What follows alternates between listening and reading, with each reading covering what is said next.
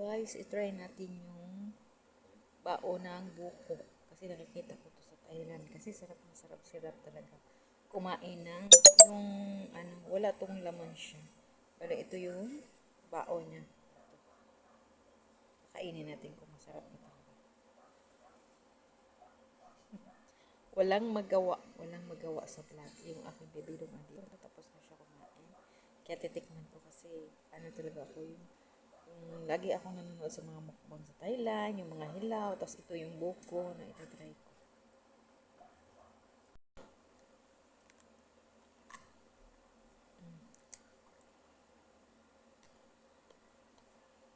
Masarap guys.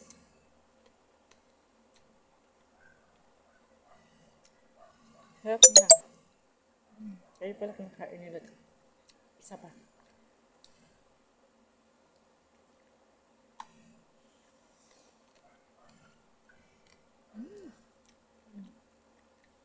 Masarap siya talaga. Kasi malambot pa.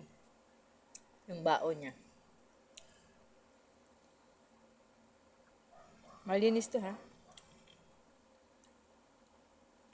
Gusto ko lang maka-experience yung pagkain nila na yung salad na papaya nila sa Thailand. Gusto kong gawin yun kasi lang wala akong papaya eh.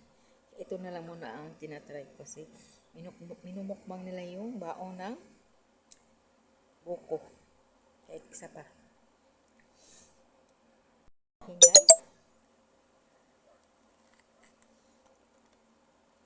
Wala nang makain. Kaya bao na lang ng buko. Kaya gano'n.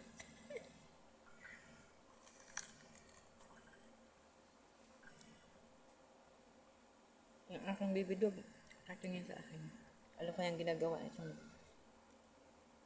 mami ko na to. Sarap siya guys.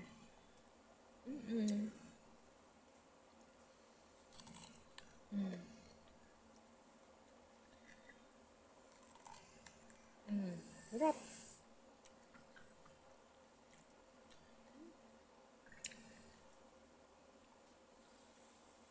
Kasi yung bao ng buko niya malambot. Try nyo guys kung nasasarapan kayo. Kasi masarap kasi manamis-namis yung bao ng buko. Sarap talaga.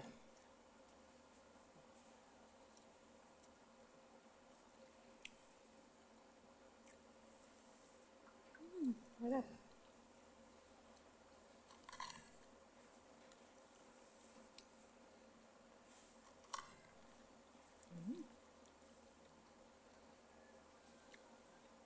Oo nga. Gusto ko ma-experience yung magpagkain ng mga Thailander. Pati yung Korean. Gusto ko rin.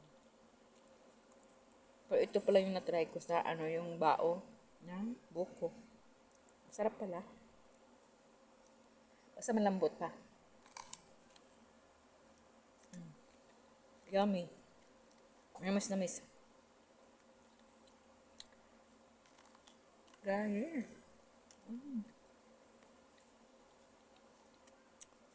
Ang aking bibidog nakakita sa akin kung anong ginagawa ko.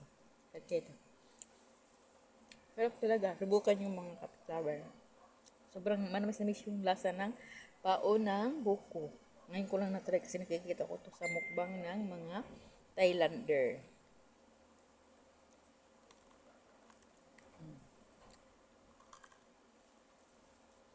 Sarap. Tingnan mo yung aking bibidog. Nakatingin talaga sa akin. Uy! Dito, medyo matigas pa. Ayan. Try na. Sarap talaga. Manamis-namis yung bao ng buko. Walang makain. Ito na lang. Joke. Tinay ko lang talaga kung masarap ba talaga yung bao ng buko. Sarap nga. Manamis-namis.